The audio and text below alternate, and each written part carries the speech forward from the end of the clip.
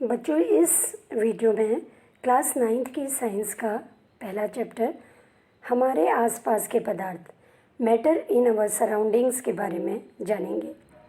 हम अपने चारों ओर अलग अलग तरह की वस्तुएं देखते हैं जिनका आकार, आकृति, बनावट अलग अलग होता है। प्रत्येक वस्तु जिस सामग्री से बनी होती है उसे पदार्थ कहते हैं।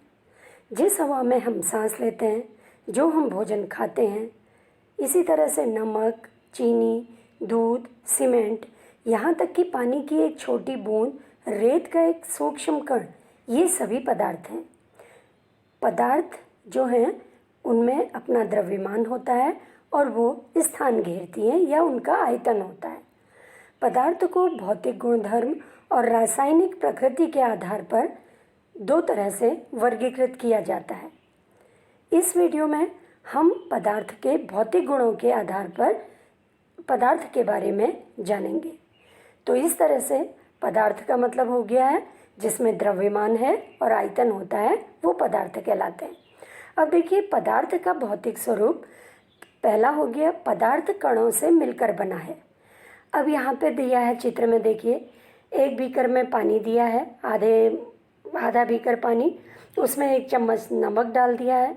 नमक को हिलाने पर क्या हो गया, पानी में मिक्स हो जाएगा नमक। अब नमक दिखाई नहीं देगा क्योंकि नमक पानी में विलय है। इसका मतलब क्या हुआ, नमक कण से मिलकर बना है। इसके कण बहुत छोटे होते हैं। अब देखिए, जब हमने नमक को पानी में डाला, आधा कप पानी था, पानी का लेवल नहीं बढ़ता। इसका क्या कारण है, नमक के कण जो हैं ये कहाँ चले गए, पानी के कणों के बीच में जो खाली स्थान था वहाँ पे चले गए। इसलिए पानी का लेवल नमक डालने पर नहीं बढ़ता है। तो ये एक तरह से प्रयोग है, हम इसको घर में भी कर सकते हैं। तो इससे हमें पता चल रहा है कि पदार्थ कणों से मिलकर बना है। देखिए, पदार्थ के कण कितने छोटे होते हैं। यहाँ पे एक हम प्रयोग कर सकते हैं। हम यहाँ पे 5 बीकर लेंगे।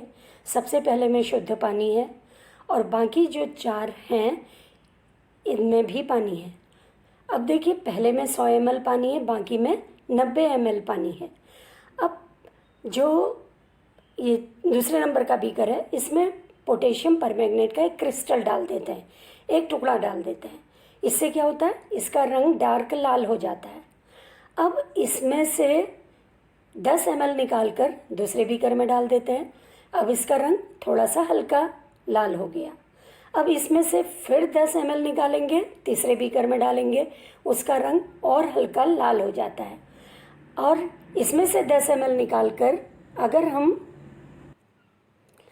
चौथे बीकर में डालेंगे तो उसका रंग सबसे हल्का होता है।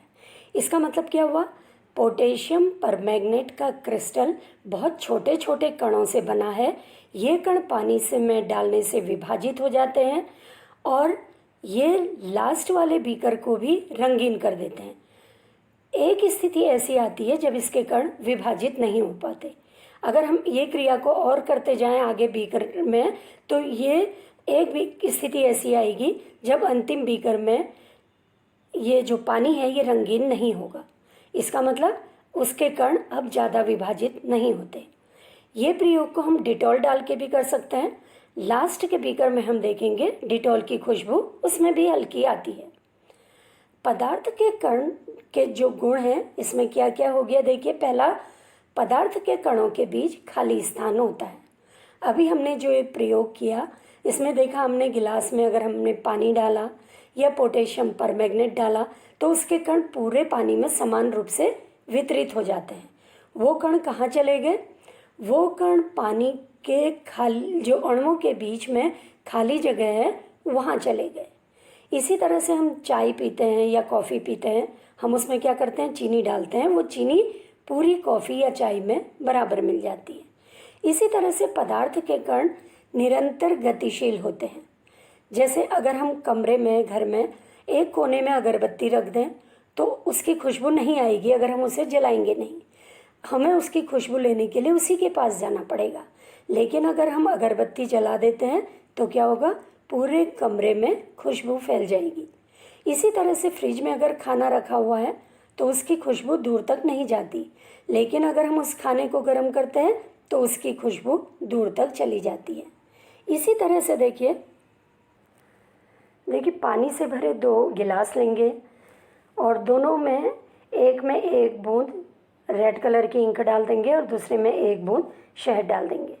थोड़ी देर में क्या होता है, जो जिसमें इंक डाली है उसका पानी जल्दी से रेड हो जाता है और दूसरे में जिसमें शहद डाला है वो धीरे धीरे खुलता है। तो इस तरह से कुछ पदार्थ ऐसे होते हैं जिनके कण में जो गतिज ऊर्जा होती है वो ज़्यादा होती है, वो तेज़ी से, या एक तरह से हम कह सकते हैं वो जल्दी से अपने कणों से दूर हो सकते हैं। अब देखिए 2 गिलास लेंगे, एक में ठंडा पानी एक में गर्म पानी डालेंगे। जिसमें ठंडा पानी है उसमें भी और गर्म पानी में भी 1-1 क्रिस्टल पोटेशियम परमैंगनेट की डाल देंगे। हम देखते हैं जिसमें गर्म पानी है उसमें पूरा पानी जल्दी से रंगीन हो जाता है। इसका कारण क्या है, गर्म पानी के अणुओं की गतिज ऊर्जा ज़्यादा होती है क्योंकि इन कणों का तापमान बढ़ गया है। तापमान बढ़ने से कणों की गति तेज हो जाती है और वो पोटेशियम परमैंगनेट के कण से टकराकर उसको तोड़ के पूरे पानी में मिला देती है। अब यहाँ पे देखिए ये 1 गिलास है, इसमें अगर हम पोटेशियम परमैंगनेट का 1 क्रिस्टल डाल देंगे, उसको एक साइड को रखेंगे तो क्या होगा, पोटेशियम परमैंगनेट जो है ये धीरे धीरे इसके कण अलग होते रहेंगे। लास्ट के गिलास में देखिए इसके कण पूरे पानी में बराबर मिल गए हैं या फैल गए हैं। तो इसका मतलब क्या हुआ, पोटेशियम परमैंगनेट पानी में घुल गया है, जबकि हमने इस पानी को हिलाया नहीं। इसका कारण क्या है, पानी के अणुओं में गतिज ऊर्जा होती है, या कोई भी पदार्थ है उसके कणों में गतिज ऊर्जा होती है। किसी में गतिज ऊर्जा ज़्यादा है, जैसे गैस में गतिज ऊर्जा ज़्यादा होती है, ठोस में कम होती है, द्रव में उससे ठोस की अपेक्षा गतिज ऊर्जा ज़्यादा होती है।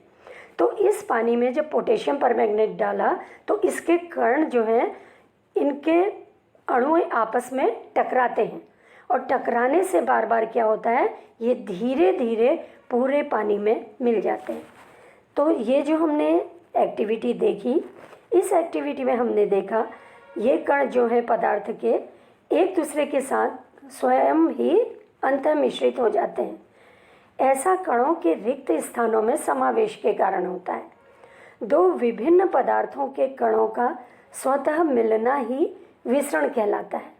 तो विसरण की क्रिया तेजी से कब होती है, जब हम पदार्थ को गर्म कर देते हैं, क्योंकि गर्म करने पर पदार्थ की गतिज ऊर्जा बढ़ जाती है। देखिए पदार्थ के कण जो हैं ये एक दूसरे को अपनी ओर आकर्षित करते हैं। ठोस के कण पास पास होते हैं, वो ज़्यादा आकर्षित करते हैं एक दूसरे को। द्रव के कण थोड़ा दूर हैं, वो ठोस से कम आकर्षित करते हैं। और गैस के कण जो हैं बहुत दूर दूर हैं, वो एक दूसरे को बहुत कम आकर्षित करते हैं। इसको हम एक प्रयोग से समझ सकते हैं। हम 4 ग्रुप बनाएंगे 5-5 बच्चों का। पहले ग्रुप में ये जो 5 बच्चे हैं एक दूसरे को कसकर कमर से पकड़े हुए हैं। दूसरे ग्रुप में ये जो 5 बच्चे हैं एक दूसरे का हाथ पकड़े हुए हैं। और तीसरे ग्रुप में केवल अंगुली छू रखी है। और चौथा ग्रुप इनको अलग करने की कोशिश करेगा। तो वो देखता है जिनके जो बच्चे उंगली पकड़ के खड़े हैं उनको आसानी से अलग कर सकते हैं। जिन्होंने हाथ पकड़ा है उसको दूर करने के लिए थोड़ा ताकत लगानी पड़ेगी, और जो कस के पकड़े हैं उनके लिए और ज़्यादा ताकत लगानी पड़ेगी। इसका मतलब ठोस के अणु में आकर्षक बल ज़्यादा होता है, द्रव के अणुओं में कम होता है, और गैस के अणुओं में आकर्षण बल सबसे कम होता है। अब देखिए यहाँ पे कुछ पदार्थ दे रखे, कील, चौक का टुकड़ा, एक रबर बैंड। इसको अगर हम तोड़ने की कोशिश करेंगे तो हम देखते हैं ये कुछ तो जल्दी टूट जाते हैं, लेकिन उनका आकार वैसा ही रहता है। जैसे चौक है, देखिए चौक को अगर तोड़ेंगे उसका तोड़ने पर क्या होगा, आकार तो बदल गया लेकिन आयतन उसका उतना ही रहता है। इसी तरह से देखिए थाली में अगर हम पानी रखते हैं, उस पानी को अपनी उंगली से काटने का प्रयास करते हैं तो क्या वो कटेगा? नहीं कटेगा, क्योंकि पानी के कण एक दूसरे को आकर्षक बल से बांधे हुए हैं। तो उसको हम उंगली से अगर काटने का प्रयास करेंगे वो नहीं कटेगा, क्योंकि उसके कणों के बीच में आकर्षण बल है। अब यहाँ पे देखिए कुछ वस्तुएं दी गई हैं चित्र में, जैसे पेन है, चौक है, ये प्लास्टिक की चूड़ी है, कील है और सेट स्क्वायर है। तो इनको अगर हम देखिए ध्यान से देखते हैं तो हम देखते हैं इनका आकार निश्चित होता है, ये अपना आकार नहीं बदलते हैं। और अगर हम इनको संपीडी करने की कोशिश करते हैं या दाब डालते हैं तो इनका आकार नहीं बदलता है। इसी तरह से इसका मतलब क्या हो गया, जो ठोस पदार्थ होते हैं उनका एक निश्चित आकार होता है और निश्चित आयतन होता है, वो उतने ही जगह घेरते हैं। चाहे हम इसको टेबल में रखें, चेयर में रखें, पेपर में रखें, इन वस्तुओं का आकार जो है ये निश्चित है और आयतन भी इसमें निश्चित होता है। तो इसका मतलब क्या हुआ, ये जो ठोस पदार्थ हैं इसमें विसरण संभव नहीं है क्योंकि इसके अणु पास पास हैं। अब देखिए रबर बैंड को क्या माना जाएगा, ये ठोस है या द्रव है या गैस है, क्योंकि अगर हम इसको खींचते हैं तो इसका आकार बदल जाता है। देखिए रबर बैंड जो है ये ठोस है, क्योंकि जब हम इसको बाह्य बल लगाकर खींचते हैं तो इसका आकार बदल लेता है, लेकिन जैसे ही हम बल हटाते हैं वो फिर से पहले आकार में आ जाता है, यानी उसका आकार निश्चित है। इसी तरह से विभिन्न आकार के बर्तनों में रखे चीनी या नमक जो है ये बर्तन का आकार ले लेते हैं, तो क्या ये द्रव है? नहीं, ये द्रव नहीं है, क्योंकि चीनी और नमक के जो टुकड़े होते हैं उनका आकार निश्चित होता है। वो किसी भी बर्तन में रख दें उनके टुकड़ों का आकार वही रहेगा, इसलिए चीनी और नमक भी क्या है, ठोस है। अब स्पंज क्या है, आपने देखा होगा स्पंज, आप दबाओगे स्पंज को आसानी से दब जाता है। तो जैसे गैसें आसानी से दब जाती हैं, तो क्या स्पंज गैस है? स्पंज गैस नहीं है। अब ये क्यों दबती है, संपीड़न क्यों संभव है इसमें? क्योंकि स्पंज के बीच में छोटे छोटे छेद होते हैं जिसमें हवा होती है। जब हम दबाते हैं तो हवा बाहर निकल जाती है, इससे इसका संपीड़न संभव होता है। तो इसका मतलब क्या हुआ, स्पंज भी ठोस है क्योंकि उसका भी अपना आकार है। दबाने पर वो दबता इसलिए है क्योंकि उसके जो छोटे छोटे छेद हैं उसके बीच में वायु भरी है। तो वायु भरी होने के कारण जब हम इसका संपीड़न करते हैं तो उसमें से वायु निकल जाती है। अब देखिए आपने घरों में देखा होगा, जो हमारे घर में द्रव पदार्थ हैं जैसे दूध है, पानी है, तेल है या जूस है, हम जिस बर्तन में रखते हैं उसी का आकार ले लेते हैं। जैसे पानी को देखिए हमने अलग अलग गिलास में रखा है या बाउल में रखा है तो वो उसी का आकार ले लेता है। इसका मतलब क्या हुआ, ये जो द्रव पदार्थ हैं उनका निश्चित आकार नहीं होता है, वो जिस बर्तन में रखे जाते हैं उसी का आकार ले लेते हैं, लेकिन उसका आयतन निश्चित होता है। तो आयतन उसका निश्चित है, आकार बदलता रहता है। अब आकार बदलता क्यों है? क्योंकि ये दृढ़ नहीं होते, ये तरल होते हैं। इनके अणुओं के बीच में आकर्षण बल होता तो है, लेकिन इतना नहीं होता जितना ठोस में होता है। इसलिए द्रव पदार्थ का जो है आयतन निश्चित होता है लेकिन आकार निश्चित नहीं होता। इसको जिस बर्तन में डालते हैं वो आसानी से उसमें चला जाता है या बह जाता है और उसी बर्तन का आकार ले लेता है। जैसे अगर हमारे पास 100 ml पानी है, उसको हम गिलास में रखेंगे, वो पानी गिलास का आकार ले लेगा। बाउल में रखेंगे, वो पानी उसी का आकार ले लेगा। तो द्रव का आकार निश्चित नहीं होता, आयतन निश्चित होता है। ठोस और द्रव का विसरण द्रवों में संभव है।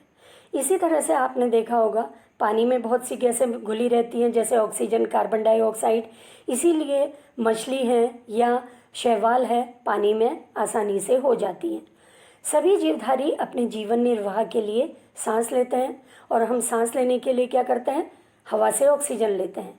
जो पानी में जो जंतु जल में रहते हैं वो क्या करते हैं, पानी में घुली हुई ऑक्सीजन को सांस द्वारा लेते हैं। तो इस तरह से हम देखते हैं कि ये जो द्रव में ठोस, द्रव और गैस तीनों का विसरण संभव है। ठोस की अपेक्षा द्रवों में विसरण की दर अधिक होती है। देखिए आपने ये गुब्बारे बेचने वाले को देखा होगा जो गैस के गुब्बारे बेचता है, उसके पास एक सिलेंडर होता है जिसमें गैस भरी होती है, उससे वो बहुत से गुब्बारों में हवा भर देता है। तो सिलेंडर के अंदर इतनी हवा कहाँ से आई? इसके लिए हम एक प्रयोग कर सकते हैं। देखिए, 3 सिरिंज लेंगे, एक सिरिंज में हम गैस भर देंगे, कोई भी वायु भर देंगे, और दूसरे में पानी भरेंगे, और तीसरे सिरिंज में जो है ये चॉक पाउडर भरेंगे। ऊपर पिस्टन लगा है, पिस्टन से तीनों को दबाने की कोशिश करेंगे। हम देखते हैं जिसमें गैस है उसमें पिस्टन नीचे तक चला जाता है, या हम कह सकते हैं गैस के कण जो हैं इसमें संपीड़न होता है, गैस में उसके कण पास पास आ जाते हैं पिस्टन को दबाने से। द्रव में क्या होता है, पानी में, उसको हम थोड़ा सा दबा सकते हैं, ज़्यादा नहीं कर सकते। तो जल में संपीड़न कम होता है अपेक्षाकृत गैस के। और ये चॉक पाउडर है, इसको हम दबाने की कोशिश करते हैं, ये बहुत कम दबेगी या नहीं दबेगी। तो इसका मतलब जो ठोस पदार्थ है उसमें संपीड़न सबसे कम होता है। तो इसका मतलब क्या हुआ, गैस के अणु दूर दूर हैं, संपीड़न करके हम उसके अणुओं को थोड़ा पास ले आते हैं। द्रव के अणु जो हैं या कण जो हैं ये थोड़ा दूर दूर हैं गैस की अपेक्षा, इसका भी हम संपीड़न कर सकते हैं लेकिन गैस से कम। लेकिन ठोस पदार्थों का संपीड़न हम नहीं कर पाते हैं क्योंकि उसके कण पहले से ही पास पास हैं।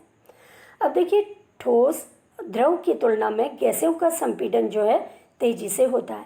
अब देखिए, खाना बनाने की गैस हमारे घर में देखा होगा आपने, सिलेंडर होता है, उसमें एलपीजी गैस होती है।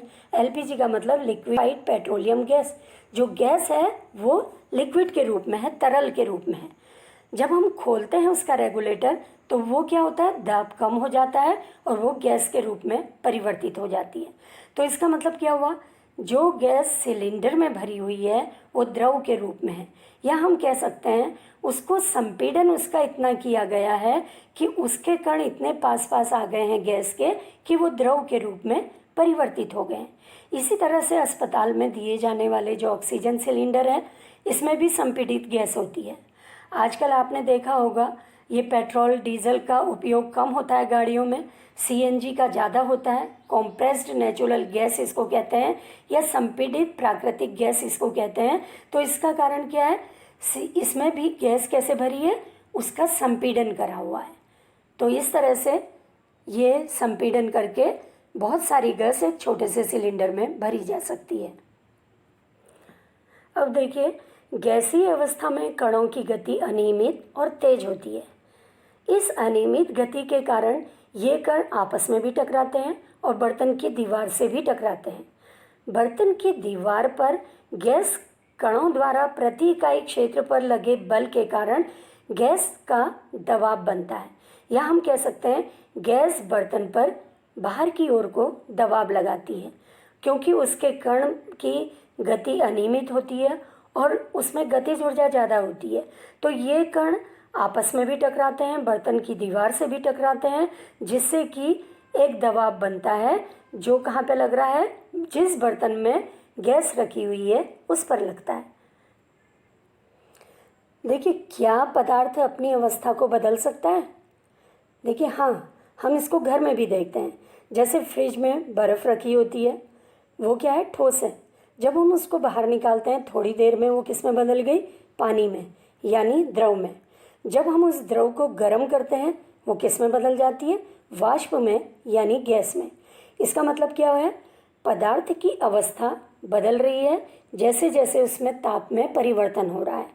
ठोस को गर्म करेंगे तो वो द्रव बन जाएगी, द्रव को गर्म करेंगे तो वो गैस बन जाएगी। इसी तरह से गैस को ठंडा करेंगे तो वो द्रव बन जाएगी, द्रव को ठंडा करेंगे तो वो ठोस बन जाएगी।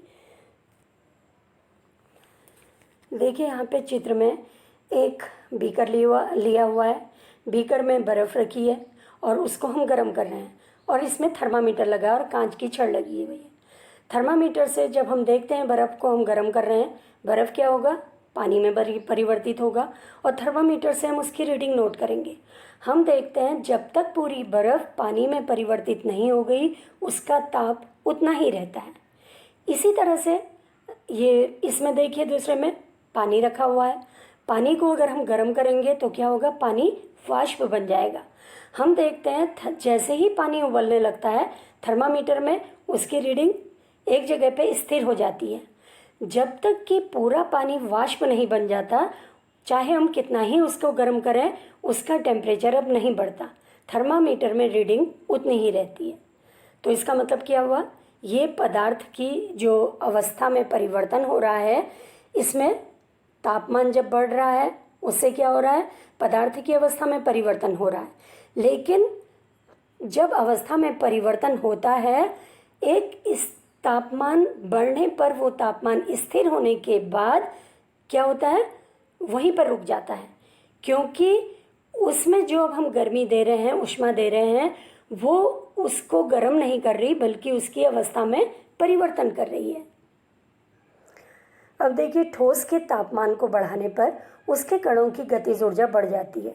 गतिज ऊर्जा में वृद्धि होने के कारण कण तेजी से कंपन करने लगते हैं। एक ऐसी स्थिति आती है कि कणों के बीच आकर्षण बल कम हो जाता है और वो तेजी से स्वतंत्र होकर गति करने लगते हैं और ठोस पिघलकर द्रव में परिवर्तित हो जाता है। तो जिस न्यूनतम तापमान पर ठोस पिघलकर द्रव बन जाता है वह इसका गलनांक कहलाता है। तो इस तरह से गलनांक का मतलब क्या हो गया, वह न्यूनतम ताप जिस पर कोई ठोस पिघलकर द्रव में परिवर्तित हो जाता है वो गलनांक कहलाता है। क्यों बदल रहा ठोस द्रव में, क्योंकि ठोस की कणों की गतिज ऊर्जा क्या हो गई है, बढ़ गई है। अब देखिए, किसी ठोस का गलनांक उसके कणों के बीच के आकर्षण बल के सामर्थ्य को दिखाता है। जैसे बर्फ का गलनांक कितना है, 273 केल्विन है। यानी गलने की प्रक्रिया यानी ठोस से द्रव अवस्था में परिवर्तन को संगलन भी कहा जाता है।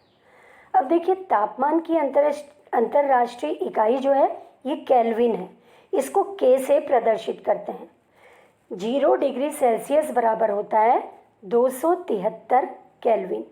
हम कह रहे हैं बर्फ का गलनांक 273 केल्विन है, इसका मतलब 0 डिग्री सेल्सियस है। तापमान की माप केल्विन से सेल्सियस में अगर हमें बदलना होता है तो क्या करते हैं, 273 घटा देते हैं।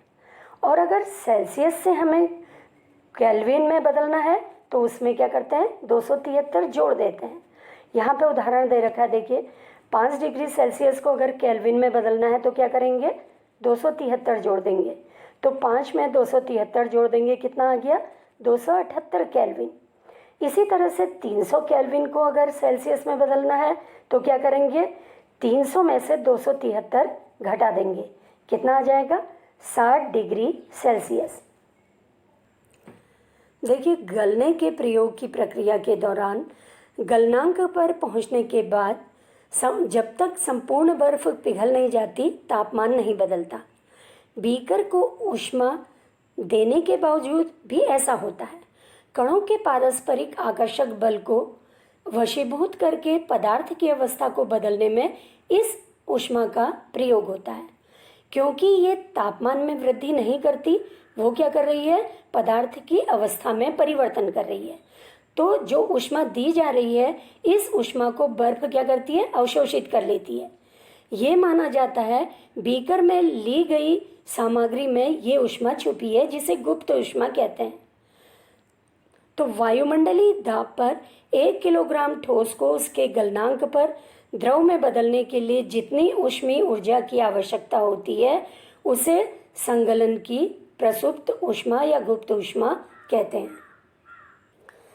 इसी तरह जब हम जल में को गर्म करते हैं तो उसका क्या होता है, कण तेजी से गति करते हैं और जैसे ही एक निश्चित तापमान में पहुंचता है तो उसमें इतनी ऊर्जा आ जाती है कि उसके कणों के बीच का आकर्षण बल कम हो जाता है और वो स्वतंत्र हो जाते हैं। यानी जो पानी है वो वाष्प के रूप में बदलना शुरू हो जाता है या द्रव जो है ये गैस में बदलना शुरू हो जाता है। तो वायुमंडलीय दाब पर वह तापमान जिस पर द्रव उबलने लगता है उसे उसका क्वथनांक कहते हैं। तो इसका मतलब क्या हुआ, द्रव के सभी कणों को इतनी ऊर्जा मिल जाती है कि वो वाष्प में बदल जाती है। जल का क्वथनांक कितना होता है, 100 डिग्री सेल्सियस या हम कह सकते हैं 373 केल्विन। एक ही बात है, 100 डिग्री सेल्सियस या 373 केल्विन। अब देखिए 373 केल्विन ताप पर भाप यानी कि वाष्प के कणों में उसी तापमान पर पानी के कणों की अपेक्षा अधिक ऊर्जा होती है। क्यों होता है ऐसा? क्योंकि भाप के कणों ने वाष्पीकरण की गुप्त ऊष्मा के रूप में अतिरिक्त ऊष्मा अवशोषित कर ली है। क्योंकि जैसे ही पानी उबलने लगता है उसका टेम्परेचर कितना हो जाता है? 100 डिग्री सेल्सियस हो जाता है। अब हम पानी को कितना ही गर्म करें, पानी का टेम्परेचर उतना ही रहेगा 100 डिग्री सेल्सियस, और जब तक कि पूरा पानी वाष्प बनकर नहीं उड़ जाता। यहाँ पे देखिए ठोस को जब हम गर्म करते हैं या संगलन होता है वो द्रव में बदल जाता है। द्रव को गर्म करने पर उसका वाष्पीकरण होता है, वो गैस में बदल जाती है। इसी तरह से गैस का जब निक्षेपण होता है ये ठोस में बदल जाती है। इसी तरह से देखिए ये जो द्रव पदार्थ है ये क्या होता है, जब ये जम जाता है ठोस में बदल जाता है। ठोस का जब ऊर्ध्वपातन होता है ये गैस में बदल जाता है। गैस को जब हम ठंडा करते हैं तो इसका संघनन होता है, ये फिर से द्रव अवस्था में बदल जाता है। तो कुछ पदार्थ ऐसे होते हैं जो द्रव में बदले बिना ठोस अवस्था में सीधे परिवर्तित हो जाते हैं गैस से। जैसे अमोनियम क्लोराइड है, वो गैस से सीधे ठोस में परिवर्तित हो जाता है। इस चित्र में देखिए एक चाइना डिश रखी हुई है, उसके ऊपर थोड़ा अमोनियम क्लोराइड रख दिया है, उसको एक बर्नर की सहायता से गर्म कर रहे हैं। और देखिए पहले ये चाइना डिश के ऊपर एक कीप को उल्टा करके रख दिया है और उसके ऊपर से एक छोटा सा रुई का टुकड़ा से उसके मुंह को बंद कर दिया है। हम देखते हैं जब अमोनियम क्लोराइड को गर्म करते हैं, देखिए गर्म करने पर क्या होता है, ये सीधे गैस में परिवर्तित हुई और गैस से इसके किनारे पर ये जमा हो जाती है ठोस के रूप में। तो इसका मतलब क्या हुआ है, ये क्रिया ऊर्ध्वपातन की क्रिया कहलाती है। इसमें गैस पदार्थ जो है ये द्रव अवस्था में बदले बिना सीधे ठोस में परिवर्तित हो जाता है। तो ये चित्र में ऊर्ध्वपातन ही दिखा रखा है, यहाँ पे नौसादर का ऊर्ध्वपातन करते हुए दिखाया है। इसी तरह आपने घरों में देखा होगा, कपड़ों में नेफ्थलीन की गोलियां रख देते हैं, वो गोलियां धीरे धीरे छोटी हो जाती हैं। वो कहाँ चली गई, वो द्रव अवस्था में बदलेंगी तो कपड़े खराब हो जाएंगे, वो ठोस से सीधे गैस में बदल जाती हैं। तो ये इस क्रिया को निक्षेपण कहते हैं। अब देखिए दाब परिवर्तन का प्रभाव। अब जैसे अभी आपको बताया, घरों में सिलेंडर में एलपीजी गैस भरी होती है, उसमें इतना ज़्यादा दाब होता है कि गैस के अणु या कण जो होते हैं ये इनके बीच की दूरी कम हो जाती है।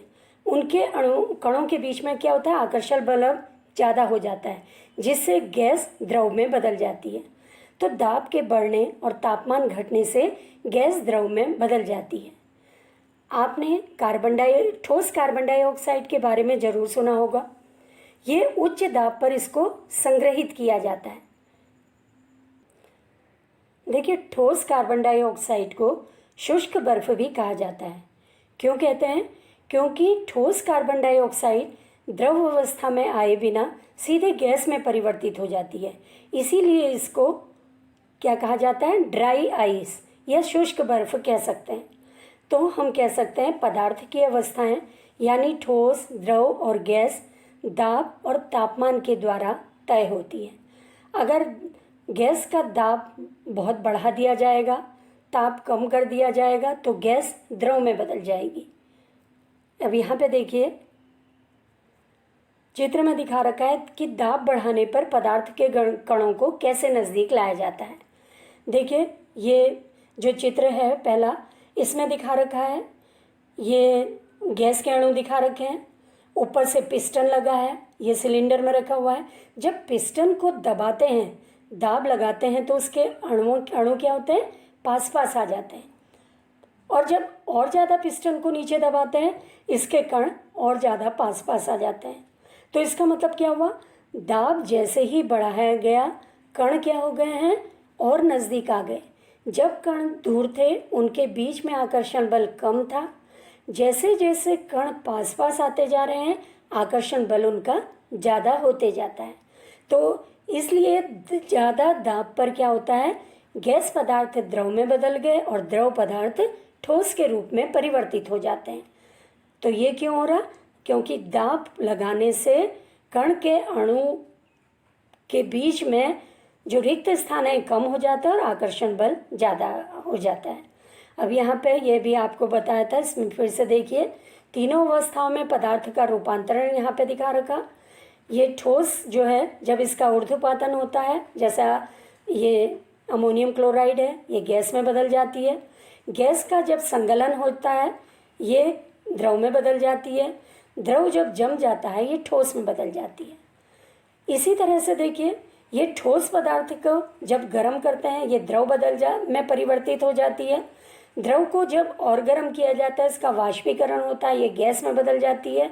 गैस जो है इसको गर्म करने से ये ठोस में बदल जाती है। गैस से ठोस में परिवर्तन ये सब पदार्थों में नहीं होता, बहुत कम पदार्थों में ऐसा होता है। जैसे अभी नौसादर में या नेफ्थलीन में ये क्या होता है, गैस पदार्थ बिना द्रव में परिवर्तित हुए ठोस में बदल जाता है। अब देखिए वाष्पीकरण के बारे में जानेंगे। पदार्थ की अवस्था बदलने के लिए क्या हमेशा ऊष्मा देना या दाब बदलना जरूरी होता है? कभी कभी हम देखिए दैनिक जीवन में हम कई उदाहरण ऐसे देखते हैं, जब हम बिना क्वथनांक पर पहुँचे या बिना गर्म किए द्रव पदार्थ जो है ये गैस में बदल जाता है या वाष्प में बदल जाता है। जैसे आपने देखा होगा, जब हम गीले कपड़े सुखाने के लिए डालते हैं, हम चाहे उसको छाया में भी डाल देते हैं तब भी वो सूख जाते हैं, चाहे उसको सूखने में ज़्यादा टाइम लगता है, जबकि उसका ताप तो बढ़ा नहीं, फिर भी वो सूख जाते हैं। इसी तरह से देखा होगा आपने, कहीं पर फर्श में अगर पानी गिर जाता है वो कुछ समय बाद अपना आप ही सूख जाता है, जबकि उसका ताप तो बढ़ा नहीं है। क्यों सूख गया? तो देखिए, क्वथनांक से कम तापमान पर द्रव के वाष्प में परिवर्तित होने की जो क्रिया होती है इसको वाष्पीकरण कहते हैं। तो वाष्पीकरण की क्रिया किसी भी तापमान पर होती है। अब इसके लिए देखिए एक एक्टिविटी हम कर सकते हैं। एक टेस्ट ट्यूब लेंगे, उसमें थोड़ा सा पानी डालेंगे। इसी तरह से एक ये चीनी मिट्टी की बनी हुई एक प्लेट लेंगे, उसमें उतना ही पानी डालेंगे जितना टेस्ट ट्यूब में डाला है। और तीसरी प्लेट और लेंगे, ये इसमें भी ये चीनी मिट्टी की है, उसमें भी उतना ही पानी डाला है जितना दोनों बर्तनों में डाला है। अब परख नली को रख देंगे खिड़की के पास या पंखे के नीचे, और जो चीनी मिट्टी की प्याली में रखा हुआ है एक, उसको या तो खिड़की के पास रख देंगे खुले में या पंखे के नीचे रख देंगे। और जो तीसरा है जो खुली चीनी की मिट्टी में प्याली में रखा हुआ है उसको कमरे की अलमारी के अंदर बंद कर देंगे। अब हम देखते हैं इनका पानी धीरे धीरे कम होता है। तो सबसे जल्दी पानी कम किसका होगा? उस चीनी मिट्टी के बर्तन में रखा हुआ पानी कम होगा जो खिड़की के पास या पंखे के नीचे रखी हुई है। और जो अलमारी के अंदर रखी हुई है, क्योंकि उसको वायु नहीं मिल रही है, तो उसका जो वाष्पीकरण होगा वो कम होगा। इसी तरह से परख नली में रखा हुआ है जो द्रव, उसका वाष्पीकरण भी कम होगा, क्योंकि वाष्पीकरण एक सतही प्रक्रिया है। जितना सतही क्षेत्रफल बढ़ेगा वाष्पीकरण की दर भी बढ़ेगी। साथ ही वाष्पीकरण के लिए वायु की अगर ज़्यादा चलती है, आपने देखा होगा कपड़े जल्दी सूख जाते हैं, ताप ज़्यादा होता है कपड़े जल्दी सूख जाते हैं, कपड़े फैला के डालते हैं हम, कपड़े जल्दी सूख जाते हैं, या सतह ज़्यादा होती है तो कपड़े जल्दी सूखते हैं। अब देखिए खुले हुए बर्तन में रखे द्रव में निरंतर वाष्पीकरण होता रहता है। वाष्पीकरण के दौरान कम हुई ऊर्जा को फिर से प्राप्त करने के लिए द्रव के कण अपने आसपास से ऊर्जा अवशोषित कर लेते हैं। इस तरह आसपास से ऊर्जा के अवशोषित होने के कारण शीतलता हो जाती है। देखिए, जब हम अपने नाखून पॉलिश हटाने के लिए एक लिक्विड का एसीटोन का इस्तेमाल करते हैं, अगर वो हमारे हाथ में गिर जाता है तो क्या होता है, हमें ठंडक लगती है, क्योंकि एसीटोन का क्या होता है, वाष्पीकरण हो जाता है। वो गर्मी कहाँ से ले रहा, हमारे हाथ से ले रहा है, जिससे हमारी हाथ पर ठंडक महसूस होती है। इसी तरह से आपने देखा होगा जब तेज़ धूप होती है, बहुत से लोग क्या करते हैं, अपनी छत या खुले जगह पर पानी छिड़क देते हैं। उससे क्या होता है, पानी का वाष्पीकरण होता है और वाष्पीकरण की गुप्त ऊष्मा गर्म सतह को शीतल बना देती है। तो ये सब किसके कारण हो रहा, वाष्पीकरण के कारण हो रहा, क्योंकि वाष्पीकरण के लिए जो ऊर्जा चाहिए वो अपने आसपास से ले लेते हैं कण। अब देखिए गर्मी में सूती कपड़े क्यों पहने जाते हैं। देखिए गर्मियों में क्या होता है, पसीना बहुत आता है। जब हम सूती कपड़े पहनते हैं, सूती कपड़े क्या करते हैं, पसीने को एब्जॉर्ब करते हैं तेज़ी से, और वो पसीना वाष्प बनकर उड़ता रहता है। वो वाष्पीकरण के लिए ऊर्जा कहाँ से ले रहा, हमारे शरीर से ले रहा है, तो जिससे हमें शीतलता का अनुभव होता है। क्योंकि सूती कपड़े जल का अवशोषण अधिक करते हैं, इसलिए हमारा पसीना अवशोषित होकर वायुमंडल में आसानी से चला जाता है। इसी तरह से आपने देखा होगा जब आप फ्रिज से पानी निकालकर किसी गिलास में डालते हैं, गिलास के बाहर क्या होता है, पानी की छोटी छोटी बूंदें आ जाती हैं। ये कहाँ से आती हैं पानी की छोटी छोटी बूंदें? देखिए हमारे चारों ओर क्या होती है, वायु है। वायु में पानी की मात्रा भी होती है, वाष्प बनकर रहती है वो। अब ये गिलास में क्योंकि ठंडा पानी है, वायु जब गिलास से टकराएगी तो ठंडी होगी, जो पानी की वाष्प है वो भी ठंडी होगी। ठंडी होने पर वो क्या होगा, द्रव के रूप में परिवर्तित होते जाएगी। तो इस तरह से जैसे जैसे वायु ठंडे पानी के गिलास से टकरा रही है तो वाष्प किस में बदल गई, द्रव के रूप में बदल गई है। देखिए हम पदार्थ की मुख्य 3 अवस्थाएं जानते हैं, ठोस, द्रव और गैस। लेकिन आजकल वैज्ञानिक 2 और अवस्थाएं बताते हैं, यह है प्लाज्मा और बोस-आइंस्टाइन कंडेंसेट। तो क्या है प्लाज्मा, क्या है देखिए, इस प्लाज्मा की अवस्था में कण अत्यधिक ऊर्जा वाले और अधिक उत्तेजित होते हैं। ये कण आयनीकृत गैस के रूप में होते हैं। फ्लोरोसेंट ट्यूब और नियॉन बल्ब में प्लाज्मा होता है। नियॉन बल्ब के अंदर नियॉन गैस और फ्लोरोसेंट ट्यूब के अंदर हीलियम या कोई अन्य गैस होती है। विद्युत ऊर्जा प्रवाहित होने पर यह गैस आयनीकृत होती है और ये क्या होती है, प्लाज्मा ही कहलाती है। अब देखिए बोस-आइंस्टाइन कंडेंसेट क्या है। सन 1920 में भारतीय भौतिक वैज्ञानिक सत्येंद्रनाथ बोस ने पदार्थ की 5वीं अवस्था के लिए कुछ गणनाएं की थी।